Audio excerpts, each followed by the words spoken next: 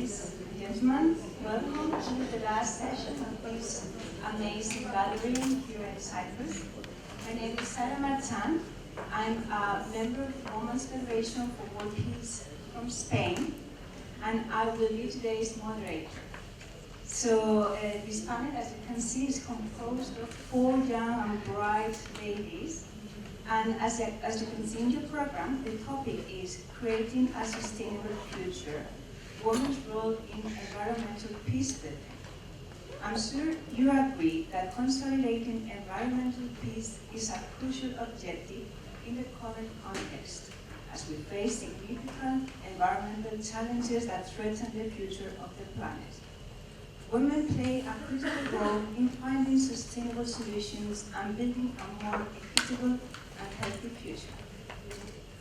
These young and prepared ladies will share their knowledge, experience, and vision about this topic. So, let's get straight to the point, and I will introduce our first speaker.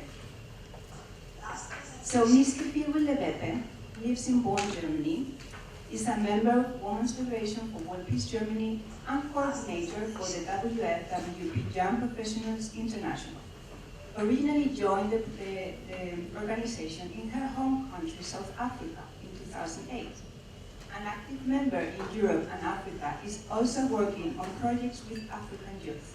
Studied Bachelor of Commerce in Economics at the University of South Africa. Professional experience includes banking, foreign exchange, and is currently working as an analyst for a socioeconomic development organization. So, that being said, let us welcome her.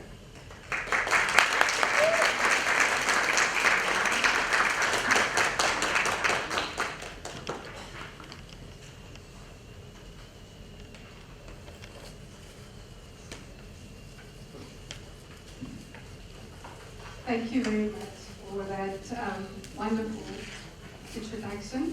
I will be speaking on women's role in environmental peacekeeping.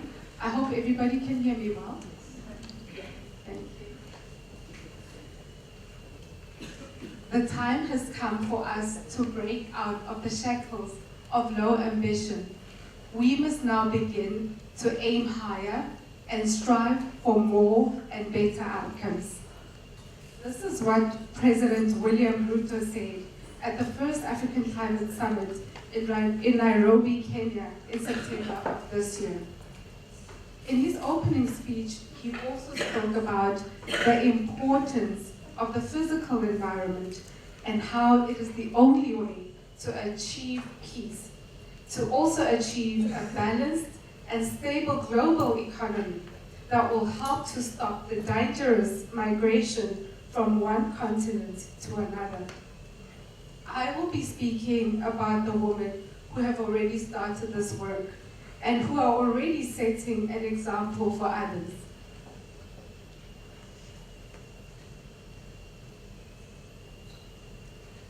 Environmental peace building is something that has existed for a long time.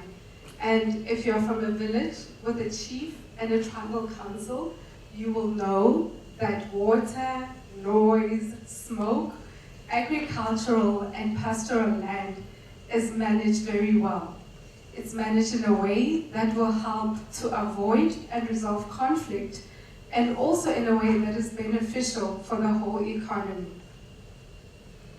The mismanagement of natural resources is associated with state failure and human rights violations.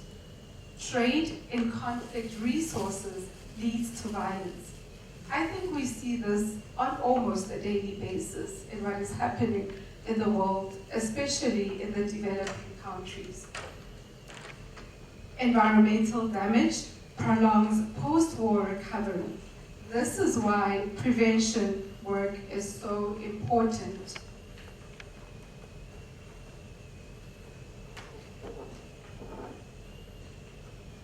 Josephine Akiru is an award-winning peace builder and the peace coordinator for the Northern Rangelands Trust in Kenya. This is a region where pastoral communities often face conflict when it comes to grazing. She monitors the situation and gives early warning for any possible conflict. With this, all the stakeholders, including the government, are brought together to discuss and find solutions before violence can break out. The aim of her work is to bring lasting peace to her region through environmental peacebuilding. And because environmental damage often brings conflict, her work shows that there cannot be peace without considering the environmental aspect. In her region, another problem is poaching, where some of the locals earn their living through poaching, and this is something that was done by their fathers and grandfathers. The government's response to poaching is to send rangers with guns to fight the poachers. And this is a deadly solution for everyone, the animals and the humans on both sides. But her approach is quite unique. She was kidnapped to be killed by these poachers because she was messing with their bread and butter. But she used this opportunity to educate. She pointed out the sustainability and the economic benefits of environmental conservation. And she pointed it out and compared it to the short-term benefits of poaching. She managed to convince them, and she lived. And I think we can all agree that she not only saved her own life, but also the lives of the poachers, because they would have probably been killed in the line of work. And I think only a woman in her last moments, or in what could be her last moment, could use that time to educate instead of pleading for her own life. Yes.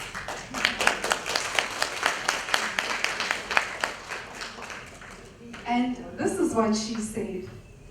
Women are very powerful in this world. God gave them a unique strength that a man does not have. That means there's a strength inside of her that will move the world, that will move these men. That's the secret.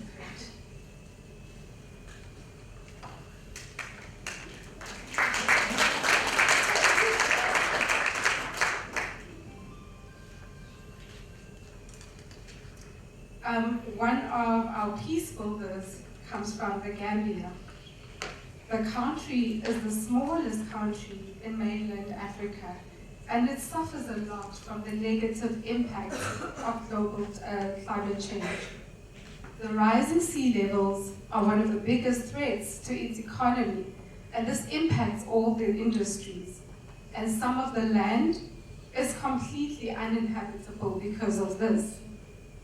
This has disrupted agriculture, which accounts for 75% of the country's labor force and also contributes 25% to the country's GDP.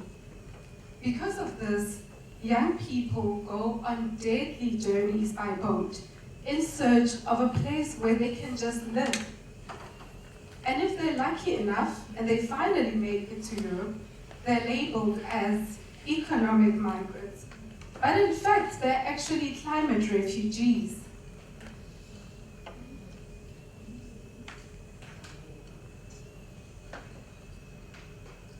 I will speak about a woman who decided to save her community and others from drowning in garbage. She's an award-winning environmentalist, Isito Sese, who's nicknamed the Queen of Recycling. Gambia produces over 100,000 tons of peanuts a year, and this means that there's a lot of waste that goes to the landfill. One of her projects is to take this garbage and turn it into charcoal. This helps in both ways. It helps reduce the waste, and it also helps to save the trees. Another helpful project is the repurposing of plastic waste. This plastic is cut, washed, and they make items like bags and mats. Her activities help to employ 20,000 women, more than 20,000 women in fact, and most of them have not received formal education. They're able to form sustainable businesses, and they're able to look after their families. The main lesson here is that problems cannot be handled in isolation. Mr. Say has inspired a lot of people, including a young man, Mr. Kefilwe, who is passionately running a project where coconut trees are planted on the coastline to help combat beach erosion. It's a good example of intergenerational and male-female cooperation. And this is important for all of us here, for all of our organizations here to have this type of cooperation. And I must say, I'm really happy to see the diversity of our panelists at this conference in terms of different organizations, different countries, and different age groups. Women's Federation for World Peace is doing numerous environmental projects all over the world. And it's important that we intentionally measure the impact of environmental peace building that our projects have. Yes, we might not be stopping actual conflict, but it's important when our work prevents it and it helps to maintain peace. The ladies mentioned today started with the aim of nature conservation, and this created peace building. In conclusion, I think it's important for us to focus on the ordinary woman doing extraordinary work. We must support these women, and most importantly, we must be bold enough to be these women. Thank you.